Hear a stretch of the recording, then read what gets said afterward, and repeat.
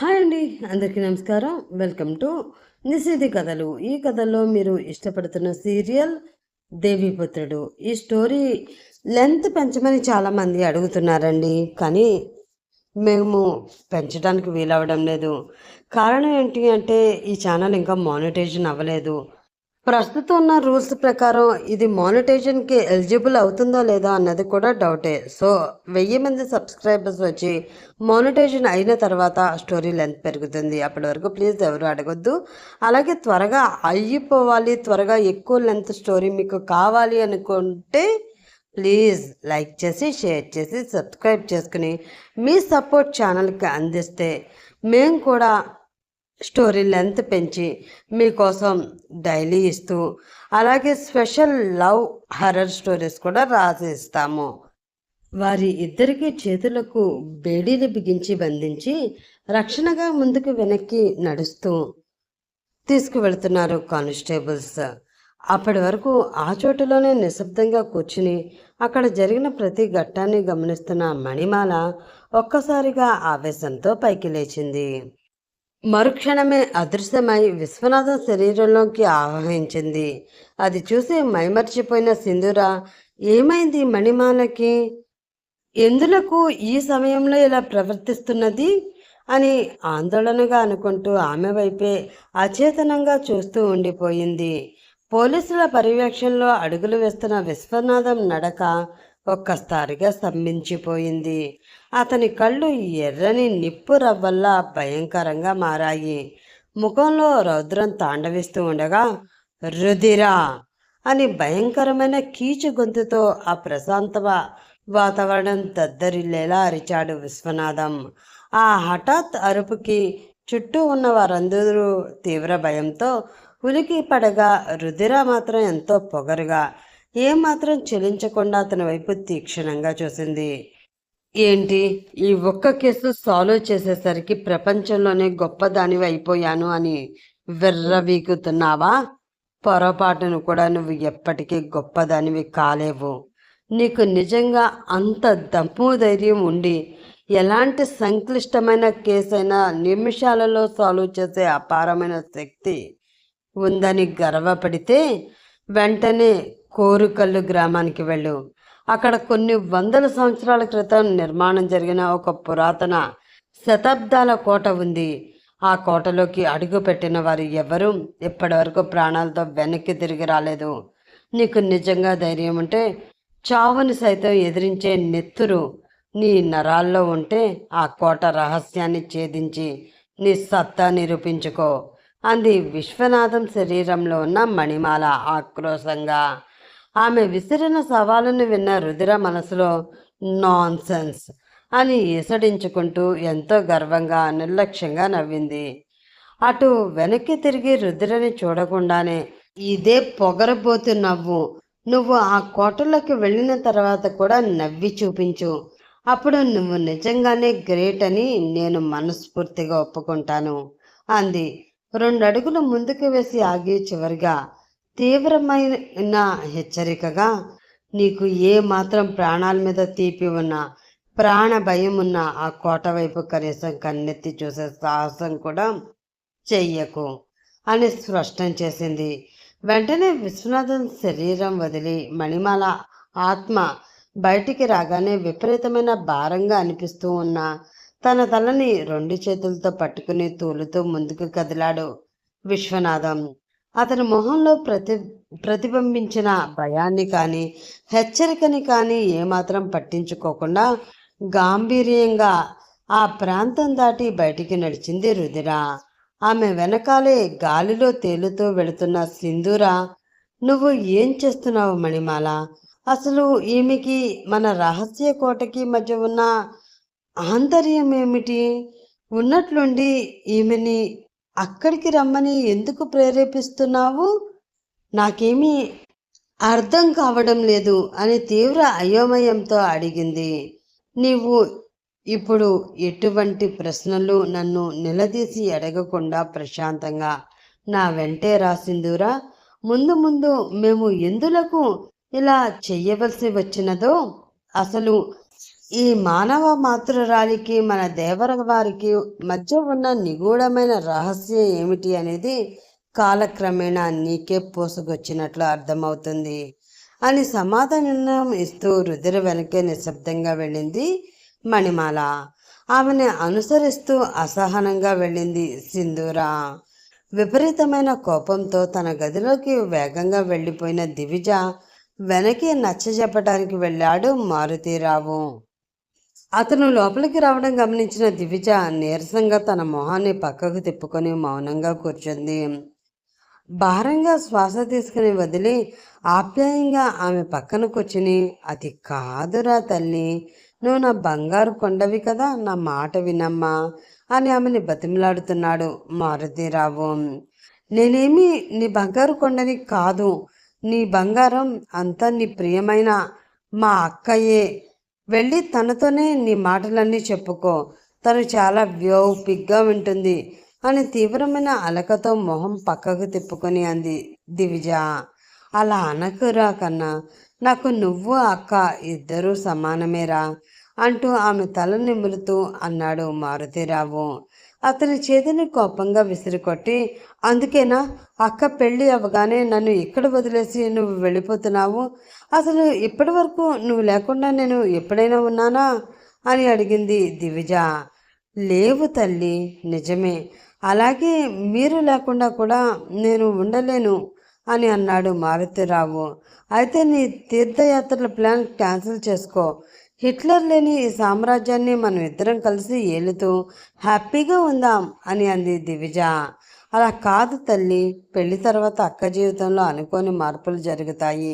ఆమెకేమీ జరగకుండా ఉండాలి అంటే నేను బద్రీనాథ్ వెళ్ళి అక్కడ 11 రోజులు యాగం చేసి మృత్యుంజయ హోమం చేయాలి అని సోమయాజులు గారు మరీ చెప్పారు. అందుకని నేను వెళుతున్నాను. ఇలాంటి పరిస్థితుల్లో నీ తోడు అక్కకి అవసరం రా, నా మాట విను అని దిగులుగా చెప్పాడు మారుతీరావు. ఆ మాటలతో 2 నిమిషాలు ఆలోచించి, సరే నువ్వెంతగా చెప్తున్నావు కాబట్టి నేను వెళ్తాను, బట్ అతనితో వెళ్ళను, నేను తర్వాత వెళ్తాను, ముందు అతన్ని ఇక్కడి నుంచి పంపించేసేయండి తాతయ్య అని అంది దివిజ. అది కాదు తల్లి, అతను అత్తవారింటి నుండి వచ్చాడు. మనం మాటకి గౌరవించి వాళ్ళు మనిషిని పంపించినప్పుడు మనం వద్దు అని అతన్ని వెనక్కి పంపించేస్తే ఏం బాగుంటుంది చెప్పు అని నచ్చజెప్పాడు మారుతీరావు. అతని మాటలకి కన్విన్స్ అయ్యి భారంగా శ్వాస తీసుకుని వదిలి, సరే అయితే 10 నిమిషాల్లో వస్తాను అని బొంగమూతి పెట్టుకుని చెప్పింది దివిజ. నా బంగారు తల్లి చెప్పిన మాట వింటుంది అని సంతోషంగా ఆమెకి మెటికలు విరిచి గది బయటికి నడిచాడు మారుతీరావు. అతని మనసులో మాత్రం ఏదో ఆందోళన ఉంది, అది ఎవరికీ తెలీదు. వంటగదిలో సామాను శబ్దం వచ్చేలా కొడుతూ జ్యూస్ తీసుకుని రావాలంట. జ్యూస్ ఇచ్చే పని మనిషినా నేను? అసలు నేను ఎలా కనిపిస్తున్నాను ఈ పిల్లకి? అయ్యో రామా, నేను శ్రీనివాసరావు గారి భార్యని అని గర్వంగా చెప్తే నన్ను దీవించండి అత్తయ్య గారు అంటూ నా కాళ్ళ మీద పడడం మానేసి ఫ్రూట్స్ ఫ్రెష్గా ఉండాలి, బ్రేక్ఫాస్ట్ నా పియ్యని అడిగి చేయించండి అని ఆర్డర్ వేస్తుందా ఆర్డరు. అసలు ఎంత పొగరు ఈ పిల్లకి! కావాలనే ఆయన గారు నా మీద, నా కొడుకు మీద కక్ష కట్టి ఆ కొరివిని తెచ్చి మా ఇంటికి కోడల్ని చేశారు.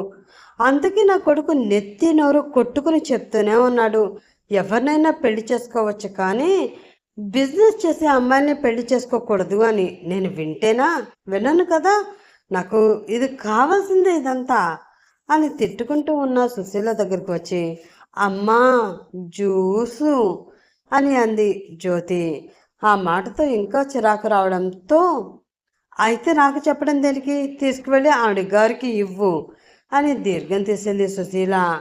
ఇవ్వవలసింది నేను కాదమ్మా, మీరే అని అంది జ్యోతి. దానితో చేతిలో ఉన్న పాత్ర కింద పడేసి నడుం మీద చేతులు పెట్టుకుని సీరియస్గా ఆమె వైపు చూస్తూ, అసలు ఎలా కనిపిస్తున్నానే మీకు? నేను ఇంటి యజమానిరాలిని, పని మనిషిని కాదు. జ్యూస్లు బ్రేక్ఫాస్ట్లు కాళ్ళ దగ్గరికి తెచ్చి అందించడానికి అని నొక్కు పలుకుతూ చెప్పింది సుశీల. ఆ విషయం నాకు తెలుసు, మీకు తెలుసు, మీ కోడలు గారికి కూడా తెలుసు, కానీ ఆమె చేతిలో ఉన్న తుపాకీకి తెలియదు కదమ్మా అని అమాయకంగా మొహం పెట్టింది జ్యోతి. ఏంటే నువ్వు మాట్లాడేది? తుపాకీ ఏంటి అని అయోమయంగా అడిగింది సుశీల. అవునమ్మా, మీ కోడలు గారికి కోపం ఎక్కువట. తను చెప్పిన పని ఎవ్వరు చేయకపోయినా ఆమె చాలా వైల్డ్గా రియాక్ట్ అయ్యి కనీసం జాలి కూడా లేకుండా వారి ప్రాణాలని గాలిలో కలిపేస్తారట. ఆవిడికి కత్తి యుద్ధం కూడా బాగా వచ్చంటమ్మా. కన్ను మూసి తెరిచేసరికి తన ఎదురువారి శరీరంలో ఏదో ఒక భాగం తీసి వారికి గిఫ్ట్ ఇస్తుందట అని చెప్పింది జ్యోతి. అదంతా విన్న సుశీల మనసులో లైట్గా భయం స్టార్ట్ అవడంతో నిజమా అని నోరు తెరిచింది సుశీల.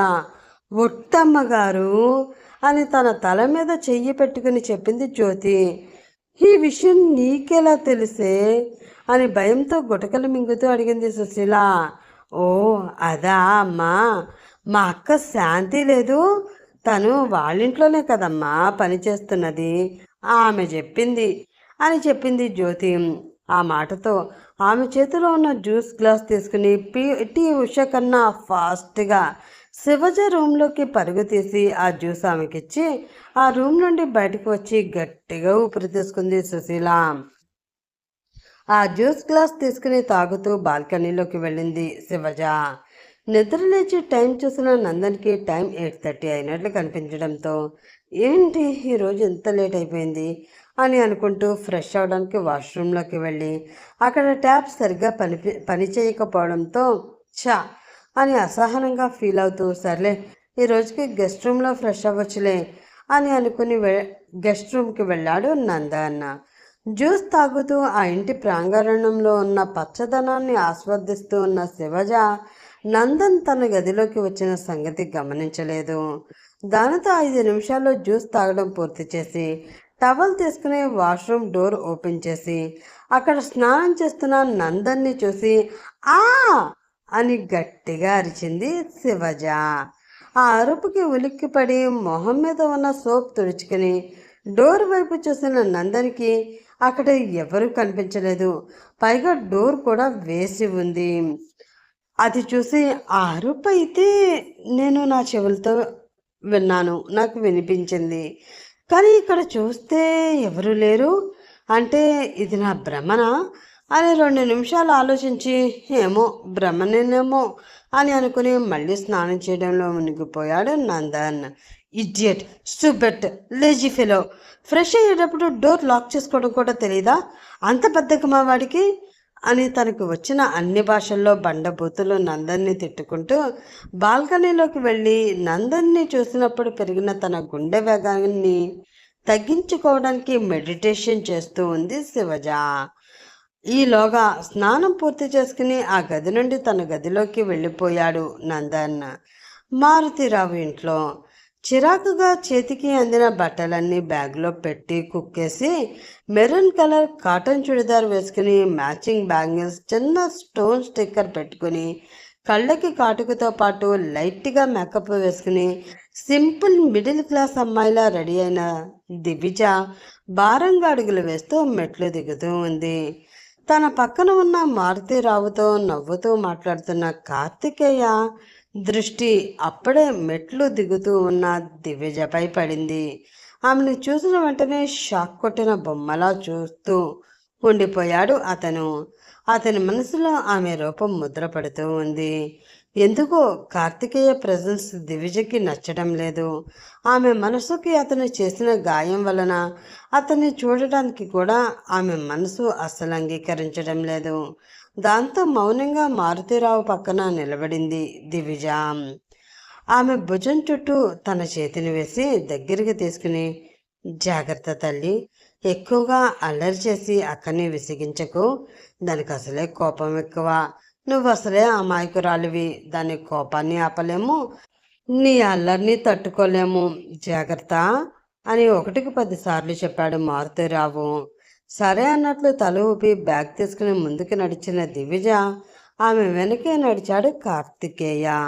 గుమ్మం వరకు వెళ్ళిన ఆమెకి ఎందుకో బెంగగా అనిపించడంతో బ్యాగ్ అక్కడే వదిలేసి ఏడుస్తూ తాతయ్య అంటూ అతని దగ్గరికి పరుగు తీసి అతన్ని గట్టిగా హత్తుకుంది దివిజ. తర్వాత ఏం జరుగుతుంది?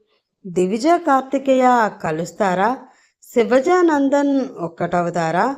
తెలుసుకోవాలంటే నెక్స్ట్ పార్ట్ కోసం వెయిట్ చేస్తూ ఉండండి ఫ్రెండ్స్. అలాగే ఈ పార్ట్ మీకు నచ్చితే ప్లీజ్ లైక్ చేసి షేర్ చేసి సబ్స్క్రైబ్ చేయండి. నెక్స్ట్ ఎపిసోడ్లో మళ్ళీ కలుసుకుందాం. అప్పటి వరకు bye bye, have a nice day.